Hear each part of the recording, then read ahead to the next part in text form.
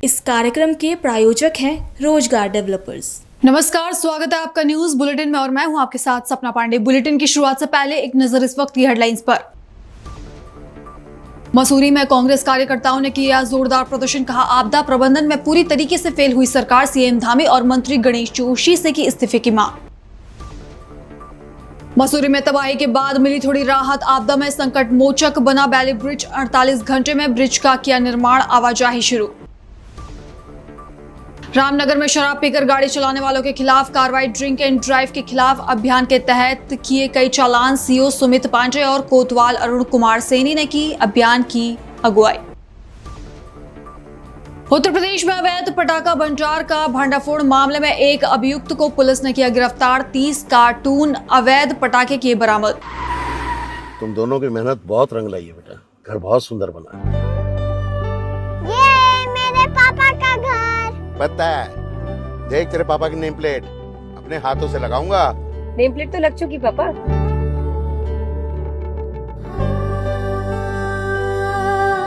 असल मेहनत तो आपने किया पापा, मुझे इस काबिल बनाने के लिए। वो जिंदगी भर किराए के मकान में रहे, लेकिन आज ये घर मेरा नहीं, ये है मेरे पापा का घर।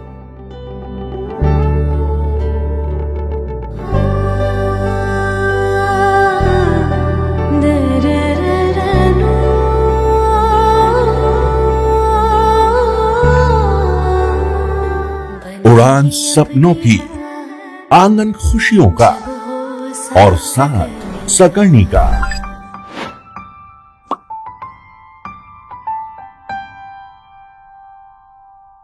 साठ वर्षों से आपके साथ मनोरंजन और संस्कार का संगम, जाह्नवी मैगजीन।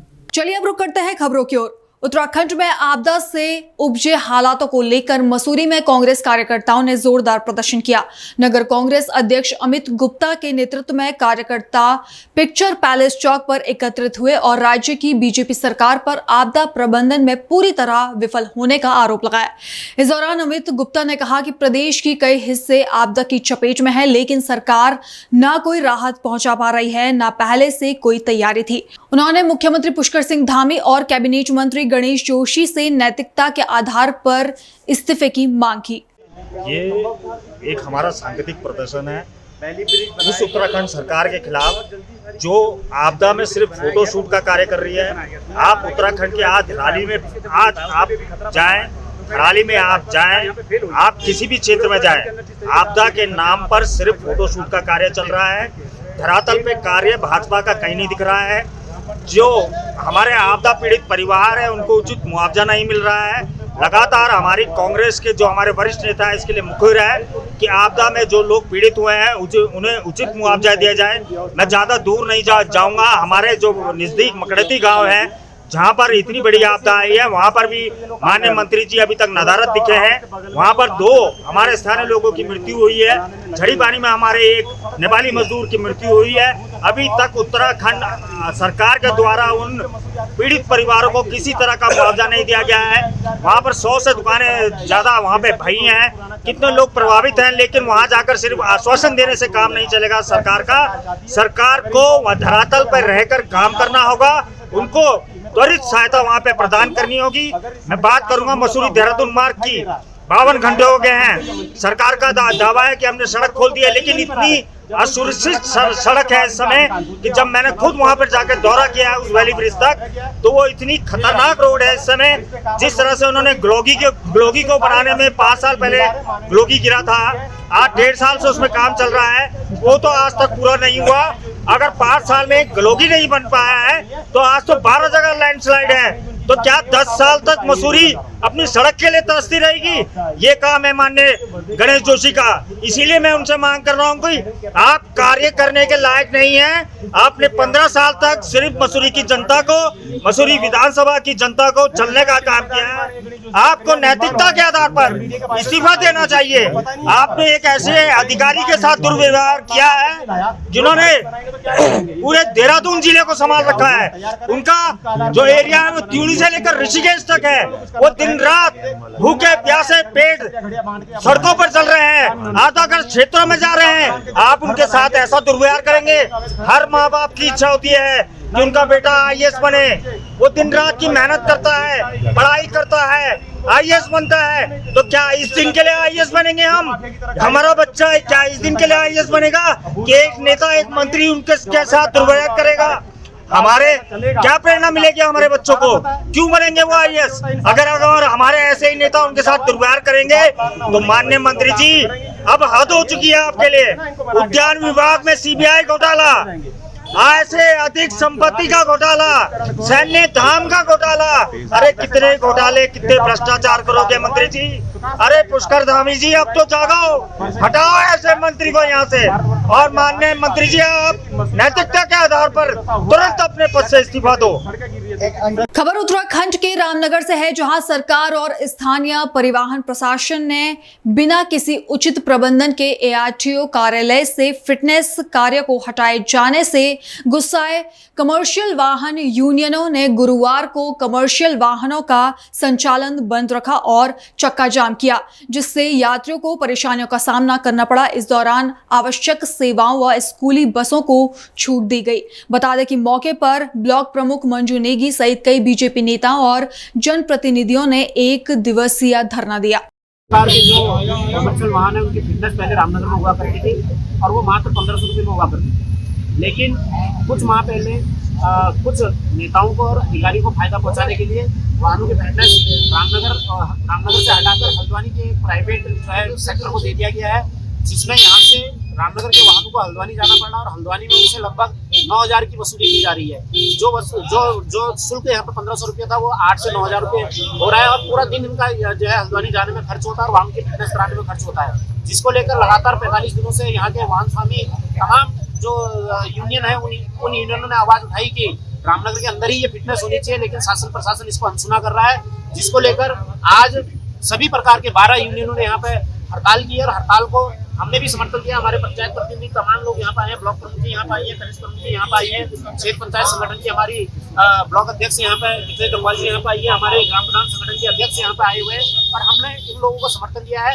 और जब तक हमारी ये मांगे पूरी नहीं होती, इन लोगों की मांगे पूरी नहीं होती, हम इनके साथ पंचायत प्रतिनिधि कंधे से कंधा मिलाकर खड़े हैं और जब तक ये मांग हमारी पूरी नहीं होती, रामनगर में फिटनेस जो है सुचारू नहीं होती, तब तक ये आंदोलन जारी रहेगा।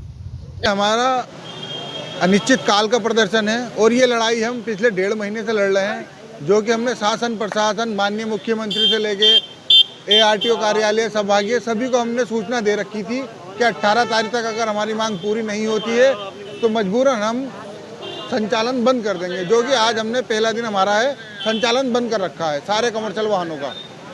हमने जितने भी अधिकारियों से, ARTO साहब से, RTO साहब से, जिनसे भी सवाल करे कि साहब जिनका परमिट 16 किलोमीटर का है, किस आधार पे आप उनको 70 किलोमीटर की फिटनेस के लिए बुला रहे हो और उसमें कोई घटना हो जाती है तो इसका जिम्मेदार कौन होगा? इसका हमें कोई ठोस सबूत या आंसर कुछ नहीं मिला अभी तक।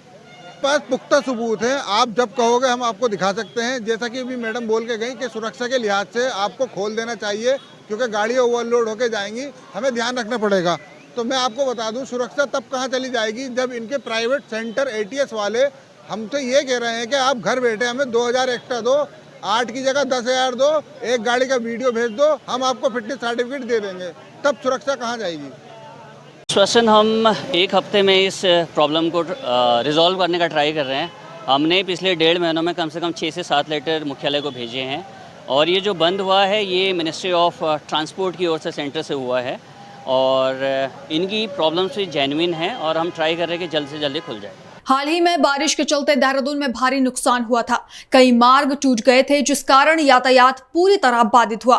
वहीं यातायात की बात करें तो मसूरी यातायात मार्ग को छोटे वाहनों के लिए खोल दिया गया है। उक्त मार्ग पर बड़े व भारी वाहनों का आवागमन प्रतिबंधित है।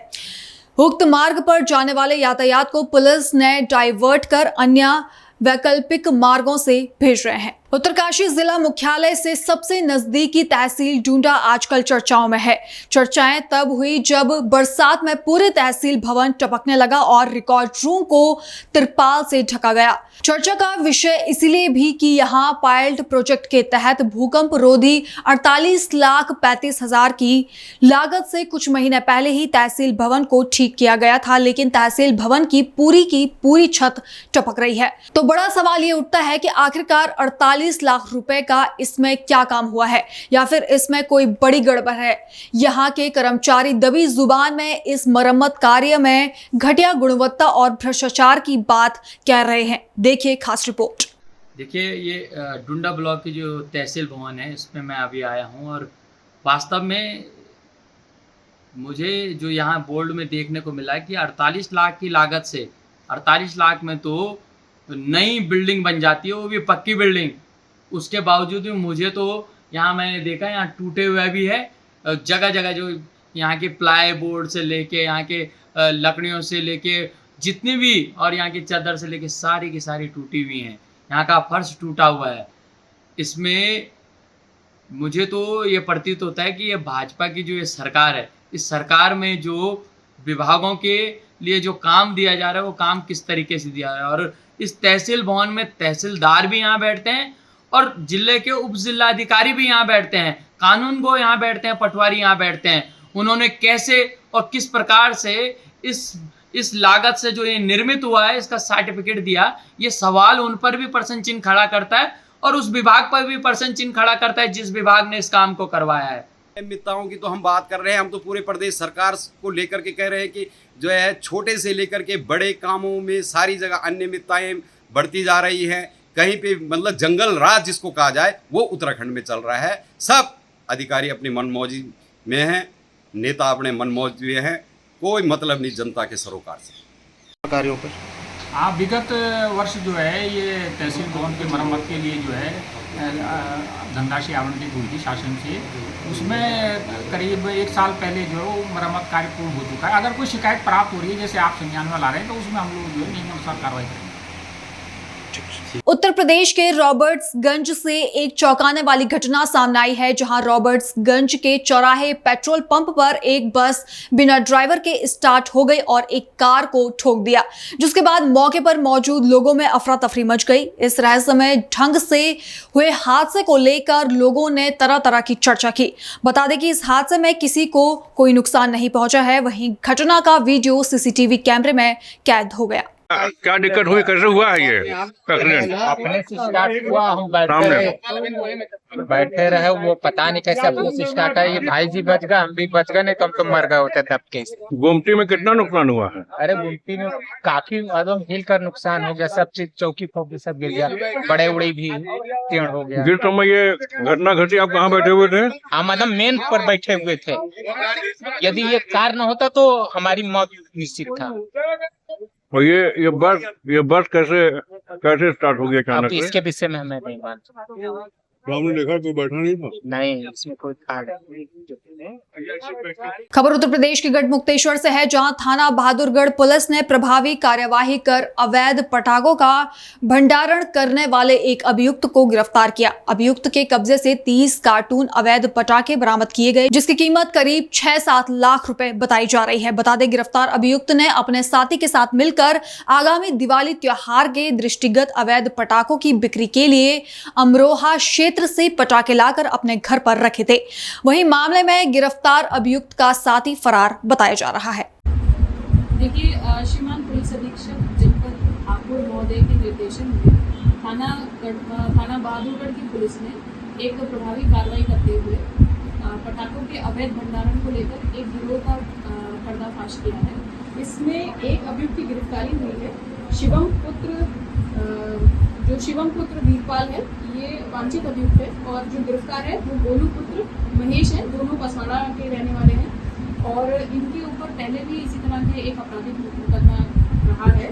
इनके पास से करीब 30 कार्टून पटाखे बरामद हुए हैं, जिनकी मार्केट इवैल्यूएशन करीब 6 से 7 लाख। ये पटाखे कहाँ पर बेचे जाते हैं?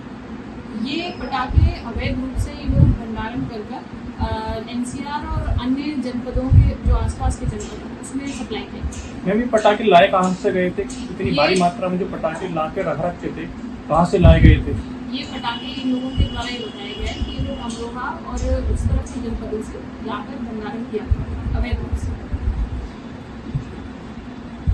मसूरी और आसपास के क्षेत्रों में हुई मूसलाधार बारिश ने कहर बरपाया है। भूस्खलन से मसूरी देहरादून मार्ग बंद हो गया। पुल टूटने से दोनों शहरों का संपर्क पूरी तरह से कट गया। करीब 2000 पर्यटक 3 दिनों तक फंसे रहे, लेकिन स्थानीय लोगों और प्रशासन ने मिलकर संकट को राहत में बदला। जहां मुख्यमंत्री पुष्कर सिंह धामी और मंत्री गणेश जोशी खुद मौके पर पहुंचे। क्षतिग्रस्त पुल के स्थान पर 48 घंटे में बैली ब्रिज तैयार किया गया, जिससे हल्के वाहनों की आवाजाही शुरू हो गई। वहीं एसडीएम राहुल आनंद ने बताया कि तकनीकी दिक्कतों के बावजूद पुल चालू है और लगातार निगरानी की जा रही है।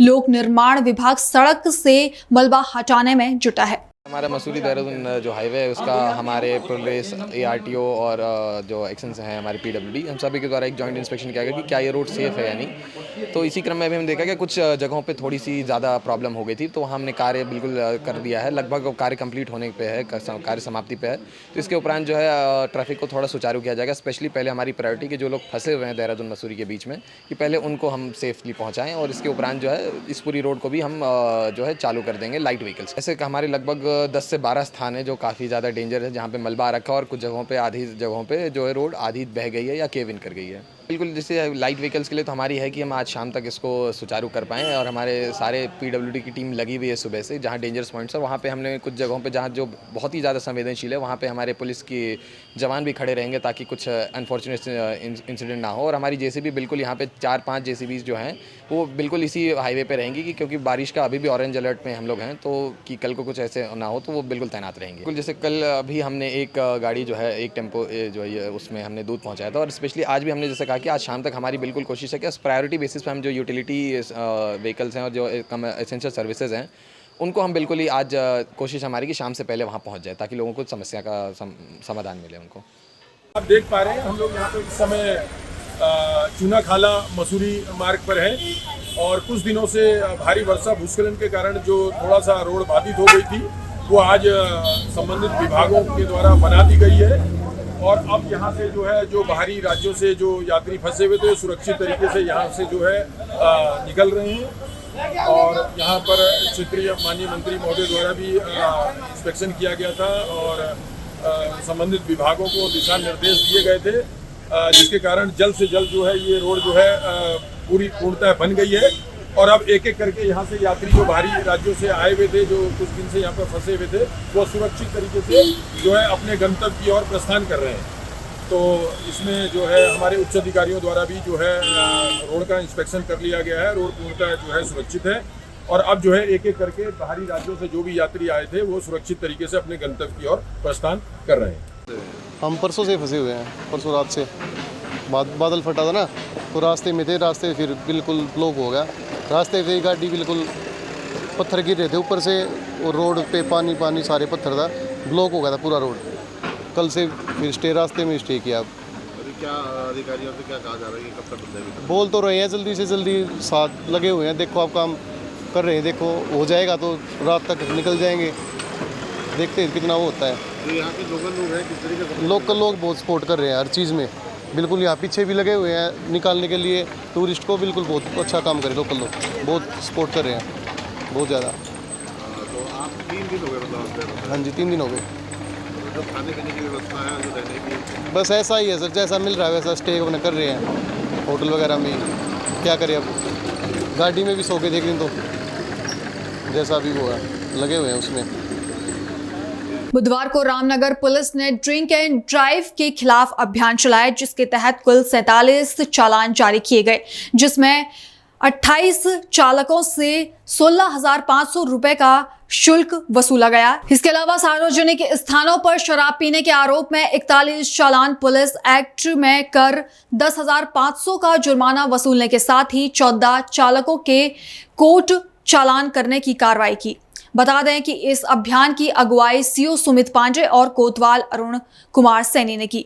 रामनगर में भी हमारी टीम जितनी भी हैं उनको क्लोज करके अभियान चलाया जा रहा है। लगभग 5 टीमें हमने इसमें बनाई हैं, जिसके अंदर जो स्पॉट्स हैं जहाँ पे क्रॉसिंग बहुत ज़्यादा है और ऐसा हमें शिकायतें भी आ रही है कि ड्रंक एंड ड्राइव हो सकता है, वहाँ पे भी लगातार हमारे द्वारा जो अभी है वर्तमान में कार्रवाई की जा रही है और अभी भी कार्रवाई हमारी प्रचलित है इसमें। सर हमारे द्वारा जो अभियान के माध्यम से भी और डे टू डे में भी हम लोग मेरे द्वारा और जो SHO हैं उनके द्वारा भी आदेश किया जा रहा है, जितने भी हमारे सब इंस्पेक्टर्स हो गए, कि MV एक्ट के अंदर लगातार चलानी कार्रवाई की जाएगी। ट्रिपल राइडिंग हो गया, हेलमेट हो गया, ओवर स्पीडिंग, ओवर लोडिंग इन हेड्स के अलावा जो शराब पी के वाहन चलाना है, इसके अंदर भी कार्रवाई करने के लिए आदेशित किया सर, जनता से क्या मेरी अपील है कि मैंने अपील की थी, दोबारा कर रहा हूँ कि ड्रंक एंड ड्राइव ना चलाएं। आपकी सुरक्षा आपके हाथ में है, अपने परिवार के बारे में सोचें कभी भी शराब पीने से पहले, और ट्रिपलिंग भी ना करें, ट्रिपलिंग, ओवरलोडिंग, ये सब चीज़ों से बचें। खबर उत्तर प्रदेश के मथुरा से है, जहां बीटेक की एक छात्रा ने निजी हॉस्टल में आग लगाकर आत्महत्या की, जिससे पूरे हॉस्टल में अफरा तफरी मच गई। बताया जा रहा है कि इस क्षेत्र में पहले भी इस तरह की कई घटनाएं हो चुकी है। वहीं घटना की जानकारी मिलते ही CO, थाना अध्यक्ष और फॉरेंसिक टीम मौके पर पहुंची। पुलिस ने शव को कमरे से निकालकर पोस्टमार्टम के लिए भेजा और मामले की जांच में जुट गई।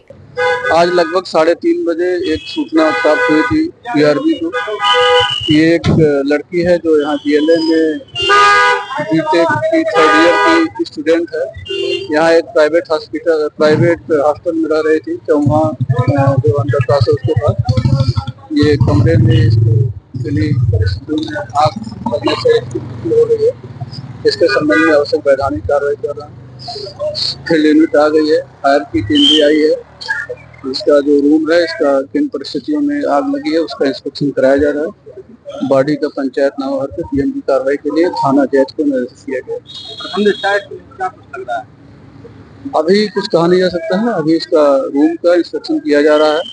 हमारी जो फायर की टीमें हैं और FSL की टीमें हैं, सभी जांच और विवेचना के बाद ही हम किसी निष्कर्ष पर उतरेंगे। क्या घटना हुई यहाँ पे? मेरी बेटी को मारा गया सर, मेरी बेटी को मारा गया। 1 महीने से झगड़ा चल रहा है। गीतेश की वाइफ, होटल संचालक जो है, गीतेश की वाइफ से यहाँ झगड़ा चल रहा है केवल रूल्स को फॉलो के लिए। कुछ रूल्स ऐसे है, मेरी बेटी ने उसके लिए मना कर दिया।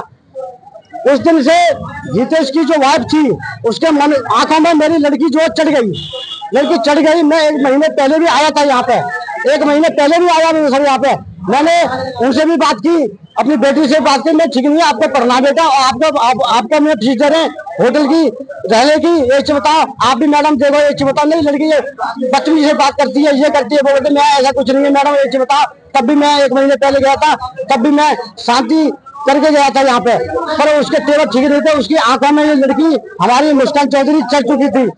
हमें ये घटना सर 4 बजे करीब मालूम पड़ी, हमें जो है 4 बजे घटना मालूम पड़ी है। हमारा पुलिस द्वारा सूचना आई है हमारे पास कि आपकी लड़की खत्म हो गई है। होटल संचालक, होटल जो PG जो चला रहे हैं उनका कोई फोन नहीं आया हमारे पास। और हमारे आने से पहले पुलिस प्रशासन ने बॉडी को PM के लिए भिजवा दिया। तो बच्ची सब कैसे मौत हुई उसकी? बच्ची को मारा गया सर, अंदर रूम में मारा गया है, अंदर मारा गया सर। नीली पड़ी हुई थी लड़की, हमारी नीली पड़ी हुई थी, हमें दिखाया नहीं है, हमें दिखाया नहीं है। पुलिस प्रशासन ने PM के लिए बोलते बॉडी को, पुलिस प्रशासन ने PM के लिए बोलते हमारे आने का डेट नहीं गया। हम इंसाफ चाहते हैं, हमारी बेटी को इंसाफ दे। संचालक के बाप ने मारा है हमारी बेटी को, संचालक के बाप ने मारा है हमारी बेटी को। उनके बीच कन्या में भी चल रही थी, 1 महीने रात हो गया, मैं आया था समझा गया। हम शहरों से आ रहे हैं और नहीं अभी नहीं है, पर देने वाले सर, देने वाले सर अभी। खबर उत्तर प्रदेश के मथुरा से है, जहां छाता क्षेत्र के NH-19 पर एक अज्ञात ट्रक ने एक किसान के फसल से भरे ट्रैक्टर को टक्कर मार दी, जिसके बाद किसान बुरी तरह घायल हो गया और उसकी फसल को भी काफी नुकसान हुआ। जिसके बाद मौजूदा लोगों ने किसान को अस्पताल पहुंचाया, जहां पर किसान की गंभीर हालत होने के कारण उसे मथुरा के लिए रेफर किया गया। वहीं हाईवे पर दुर्घटना के कारण लंबा जाम लग गया और मौके पर पहुंची पुलिस ने ट्रैफिक को सुचारू रूप से शुरू कराया। साथ ही किसान की भारी मात्रा में खराब हुई फसल को भी भरवाया और मंडी भिजवाया। ये क्या नाम है आपका? गनी राम है। कहाँ के रहने वाले हो? बदावल के। क्या हुआ है जो इस तरह से फसल बिखरी पड़ी है? एक्सीडेंट है वो। किनका हुआ है एक्सीडेंट? रामफल का। कितने लगी है उनके? लगी है गैर होश है, ज्यादा चोटें आई है। और ये नुकसान कितना हुआ, कितनी फसल होगी? ये करीब करीब 110 मन धान समझो। अब कितना इसमें से बच सकता है, पूरा खराब हो गया? अब यहाँ में 10, 20, 50 मन 60 मन बच गो। तो इसमें काफ़ी नुकसान हुआ है। हाँ। और किस चीज़ से एक्सीडेंट हुआ है? कोई गाड़ी अब हमने तो देखी नहीं, मौके पे ट्रक हो। अब उनको हॉस्पिटल में भर्ती कराया गया। कहाँ भर्ती कराया गया? मथुरा। कुछ जानकारी है कितनी चोटें आई होंगी? हाथ पैर टूट गए। हाथ पैर टूट गए, गंभीर है, ज़्यादा गंभीर है। हाँ। उत्तरकाशी जिले में टकनौर क्षेत्र का प्रसिद्ध सैलकू मेला इस बार सूक्ष्म रूप से मनाया गया। यह मेला 2 दिवसीय होता है। इस मेले की खास वजह होती है जो परंपरा के अनुसार सदियों से मनाया जा रहा है। कहा जाता है कि ऊंचे हिमालय से स्थानीय युवा हिमालय से ब्रह्म कमल के पुष्प को इस मेले के लिए मंदिर प्रांगण में लाते हैं। सोमेश्वर देवता की पूजा अर्चना के लिए इस पुष्प को महत्वपूर्ण माना जाता है। इस पुष्प के लिए सोमेश्वर देवता की डोली ग्रामीणों को ऊंचे हिमालय के लिए चुनकर भेजती है। यह परंपरा सदियों से चलती आ रही है। इस मेले में खास वजह यह कहलाई जाती है कि ऊंचे हिमालय में फसल पकने पर इस मेले को मनाया जाता है। सैलकू मेला 2 दिवसीय होता है। रात्रि में सभी ग्रामीण मंदिर प्रांगण में एकत्रित होते हैं और चीड़ के छिलकों को जलाया जाता है और आग के गोलों से खेला जाता है। रात्रि के दौरान राशु तांदी नृत्य किया जाता है और मेले में कई प्रकार के पकवान भी बनाए जाते हैं। बोले नरसिंह देवता की जय। आज बड़ा सौभाग्य का यह दिन है कि यहाँ शुभ सैलकू त्योहार आज मनाया जाता है। यह त्योहार सेक और संक्रांत को ये त्योहार आता है और ये त्योहार हम हर वर्ष भगवान सोमेश्वर देवता का ये वार्षिकोत्सव होता है। यह त्योहार हम भगवान इष्ट सोमेश्वर देवता के नाम से मनाते हैं।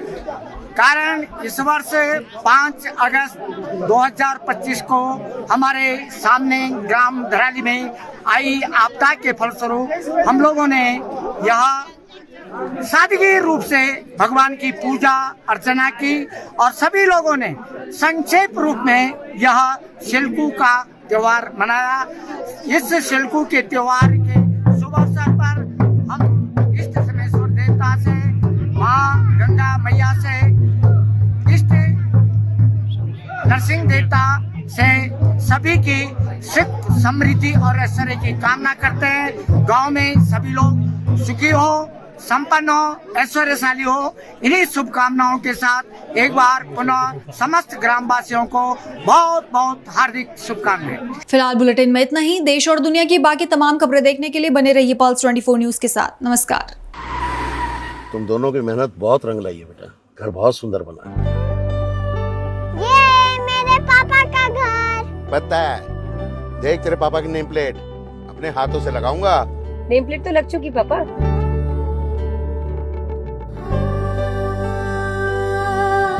असल मेहनत तो आपने की पापा, मुझे इस काबिल बनाने के लिए। वो जिंदगी भर किराए के मकान में रहे, लेकिन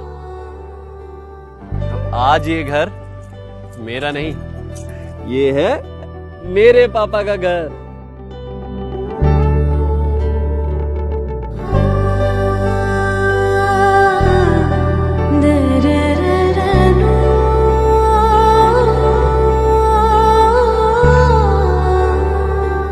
उड़ान सपनों की, आंगन खुशियों का और साथ सकर्णी का।